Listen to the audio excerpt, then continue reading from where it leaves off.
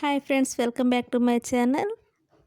ఈరోజు recipe egg biryani. తక్కువ మసాలాలతో ఈజీగా, టేస్టీగా అండ్ హెల్తీగా ఎగ్ బిర్యానీ ఎలా చేసుకోవాలో ఇప్పుడు చూద్దాము. Simple and tasty egg biryani కోసం ముందుగా స్టవ్ ఆన్ చేసుకొని కడాయి పెట్టుకుందాము. కడాయి పెట్టుకున్నాక 2 స్పూన్స్ ఆయిల్ వేసుకుందాము.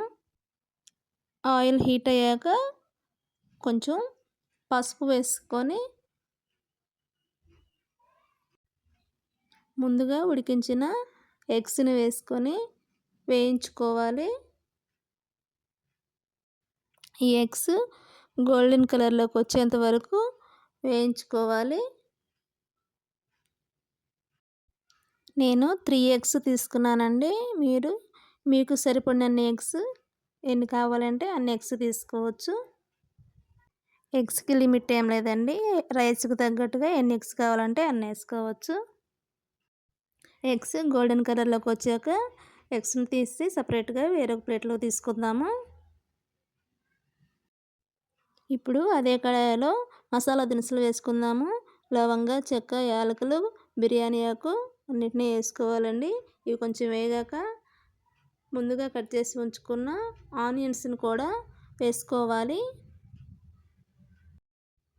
ఆనియన్ బాగా వేయించుకోవాలి. ఆనియన్ గోల్డెన్ కలర్ వచ్చేంత వరకు వేయించుకోవాలి. తర్వాత 1 స్పూన్ అల్లం వెల్లుల్లి పేస్ట్ని కూడా వేసుకోవాలి. ఈ అల్లం వెల్లుల్లి పేస్టు పచ్చివాసన పోయేంత వరకు వేయించుకోవాలి. తర్వాత మనం టమాటా ముక్కల్ని వేసుకోవాలి. 3 మీడియం సైజ్ టమాటాలను ముక్కలుగా చేసి వేసుకున్నాను. కొంచెం కొత్తిమీర కూడా వేసుకోవాలి. టమాటాలు కొంచెం వేగిన తర్వాత ఒక 1/2 టీ స్పూను పసుపు వేసుకోవాలి. అలాగే 2 స్పూన్ల కారం వేసుకోవాలండి. ఆ తర్వాత రుచికి తగ్గట్టుగా 2 స్పూన్స్ సాల్ట్ని కూడా వేసుకోవాలి. నెక్స్ట్ ఒక 1/2 టీ స్పూను ధనియాల పొడి వేసుకున్నానండి. ఒక 1.5 టీ స్పూను గరం మసాలా పొడిని కూడా వేసుకున్నాను.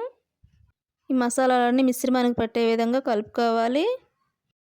గ్రేవీలో నుంచి ఆయిల్ సపరేట్ అయ్యాక మనం ఎసరు వేసుకోవాలండి. 1 కప్పు రైస్కి 2 కప్పుల వాటర్ వేసుకున్నాము. నేను 2 కప్స్ రైస్ తీసుకున్నాను. 4 కప్స్ వాటర్ వేసుకున్నాను. ఆ వాటరు మరిగాక ముందుగా కడిగి పెట్టుకున్న రైస్ని వేసుకోవాలండి. రైస్ వేసాక ఒకసారి మొత్తం కలుపుకోవాలి. ఇప్పుడు ఈ రైస్లోకి ఉప్పు కారాలన్నీ కరెక్ట్గా ఉన్నాయో లేదో ఒకసారి చెక్ చేసుకొని కావాలంటే మళ్ళీ యాడ్ చేసుకోవచ్చు. నాకు అన్నీ కరెక్ట్గానే సరిపోయాయి. అందువల్ల ఏమీ వేయట్లేదు. మీకు ఏమైనా కావాలనుకుంటే మీరు అడ్జస్ట్ చేసుకోండి. ఫ్లేమ్ని హైలో ఉంచి ఒక 10 మినిట్స్ ఉడికించుకోవాలి. 10 మినిట్స్ తర్వాత మూత తీసి ఎగ్స్ని వేసుకోవాలండి. ఎగ్స్ వేసాక ఫ్లేమ్ని మీడియం ఫ్లేమ్లో ఉంచుకోవాలి. మీడియం ఫ్లేమ్లో ఇంకో 10 మినిట్స్ ఉడికించుకుందాము. రైస్ రెడీ అయిపోయిందండి. ఇప్పుడు స్టవ్ ఆఫ్ చేసి మూత పెట్టి 5 మినిట్స్ అలాగే ఉంచండి. రైస్ పొడి పొడిలాడుతూ వస్తుంది. ఈ రైస్ని వేరొక సర్వింగ్ ప్లేట్లోనికి తీసుకుందాము. ఈ రైస్ తక్కువ మసాలాలతో చేస్తున్నాం కాబట్టి చిన్నపిల్లల నుంచి పెద్దవాళ్ళ వరకైనా ఎవరైనా కానీ తీసుకోవచ్చండి. నేను నార్మల్ రైస్తోనే ఈ బిర్యానీ ప్రిపేర్ చేశాను. మీరు కావాలంటే బాస్మతి రైస్తో కూడా ప్రిపేర్ చేసుకోవచ్చు. బాస్మతి రైస్ తీసుకుంటే ఎసరు తగ్గించి వేసుకోవాలండి. ఒక గ్లాస్కి 1.5 గ్లాస్ మాత్రమే వాటర్ తీసుకోండి. నేను నార్మల్ రైస్ తీసుకున్నాను కాబట్టి గ్లాస్కి 2 గ్లాసులు వాటర్ తీసుకున్నాను. ఈ ఎగ్ బిర్యానీని నాన్ వెజ్ వాళ్ళైతే చికెన్ మటన్తో తీసుకోవచ్చండి. చాలా టేస్టీగా ఉంటుంది.